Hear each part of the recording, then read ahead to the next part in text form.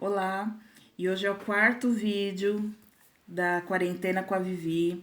E eu falei para vocês que no final dessa quarentena vocês sairiam com pelo menos 40 processos implantados dentro do escritório de vocês. É lógico que a gente só vai sair com 40 processos implantados se vocês tiverem a proatividade de querer implantar esses processos que eu estou passando. Então, para as pessoas que desejam realmente fazer essa implantação, implementar essas melhorias dentro do escritório, clica aqui na minha biografia, né, na minha bio.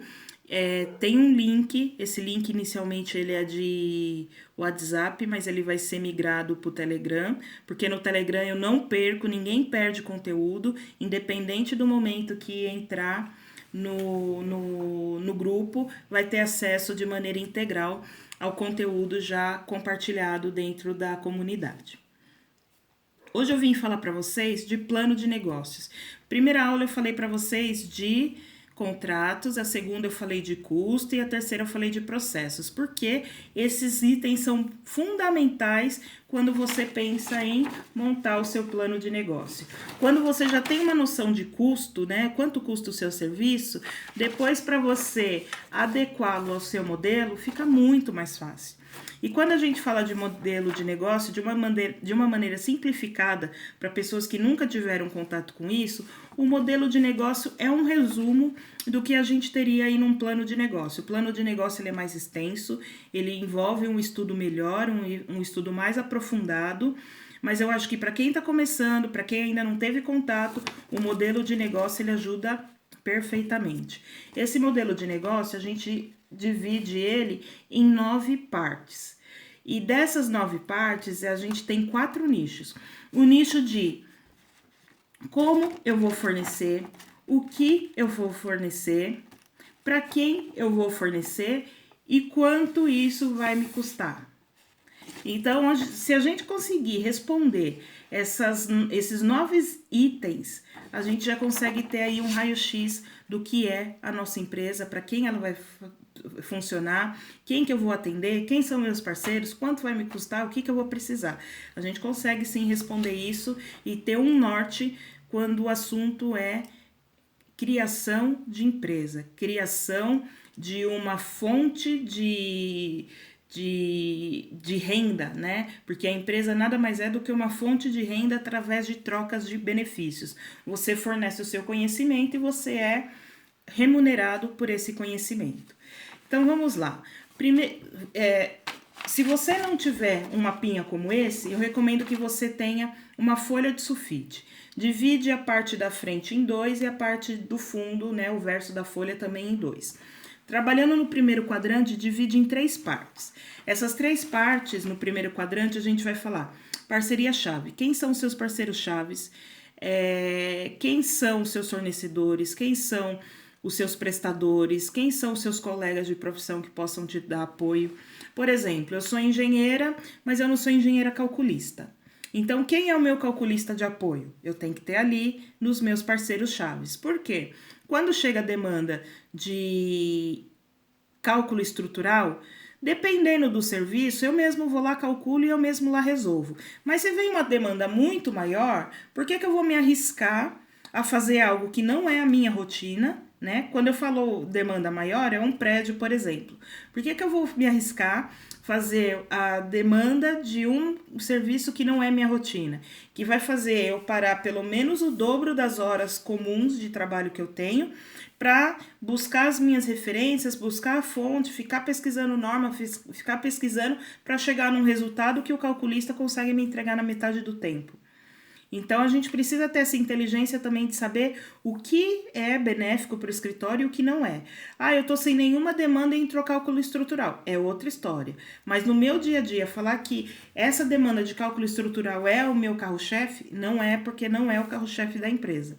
Então, o que está ao meu alcance eu resolvo, quando foge eu tenho ali os meus parceiros de apoio. Paisagismo. Paisagismo não é algo que é habilidade, que eu tenho habilidade. Então eu tenho meu parceiro de paisagismo para me dar o suporte quando eu tenho que cuidar, por exemplo, de um jardim. Dentro de casa é uma coisa, mas quando a gente pensa num jardim, numa área externa que precisa chamar atenção, precisa ter volume, é preciso ter um especialista. Luminotécnico. Eu calcular um luminotécnico de um apartamento é uma coisa, eu tenho habilidade para isso.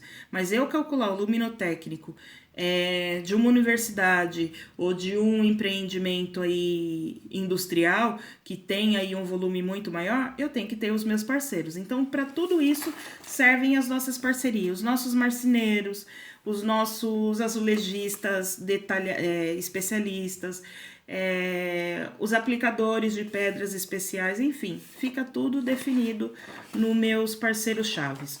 Quais são as minhas atividades? As minhas atividades têm que estar inclusas as minhas habilidades, porque não adianta nada eu falar que eu vou prestar serviço para vender convênio com hotéis e redes de restaurantes, se não é minha habilidade isso. A minha habilidade é fazer obra. Então, assim, é fazer obra, qual o tipo de obra, para quem que eu faço esse tipo de obra, e aí entram aí as minhas atividades chaves. Vou dar um exemplo. Aqui as minhas atividades chaves são consultorias, projetos, gerenciamento e os cursos. Só que os cursos eu já tirei desse mapa porque ele não cabe mais, ele precisou de um modelo específico. Então, os cursos eu já tirei aqui do meu plano de negócio, do meu modelo de negócio e coloquei num outro. Então, a gente precisa entender qual é o nosso momento para que isso aqui trabalhe a nosso favor. A partir do momento que eu defini minhas atividades chaves, eu entro com os meus recursos principais. O que eu preciso para desenvolver essas tarefas? Então, na parte de projetos, eu preciso de bons equipamentos, dos programas, de internet e de fonte de conteúdo. E muitas vezes essa fonte de conteúdo é paga. Então, isso aí eu tenho que alojar lá no item de recursos. O que eu vou fazer? Proposta de valor. E a proposta de valor está muito alinhada com o nosso atual momento. Por exemplo, aqui os valores do Vivi Ferreira Interiores e da Progiplan é respeito, transparência e honestidade, reciprocidade, comprometimento, resiliência e gratidão. A partir do momento que eu falo de respeito, eu tenho que aplicar esse respeito na minha prestação de serviço. Então, a gente está vivendo um período que a gente está em dúvida entre se isolar ou colaborar com o colapso do país. E aí entra os meus valores. Se eu não quero colocar minha vida em risco, eu não posso exigir que outras pessoas coloquem a vida dela em risco. E muito menos colocar pessoas na rua para trabalhar com valores que não cobririam um possível tratamento ou um possível isolamento. Ou seja, se eu colocar uma pessoa na rua, essa pessoa que está na rua trabalhando para mim, ela tem que ser remunerada o suficiente para cobrir o plano de saúde dela e para cobrir despesas médicas caso alguma coisa dê errado, caso alguma coisa aconteça. Que é a mesma forma que eu cobraria para eu colocar o meu pé na rua para atender a um cliente nesse momento. Então, a gente tem que ter essa proposta de valor para não depois chegar e ficar falando, não, vai para a rua que qualquer coisa eu assumo daqui e eu não me coloco em risco. Então, os nossos valores têm que estar muito bem alinhados com aquilo que a gente fornece. Não adianta ter valores da boca para fora ou bonitinho escrito lá no site, que isso daí não funciona. Pensem direitinho na proposta de valor da empresa de vocês.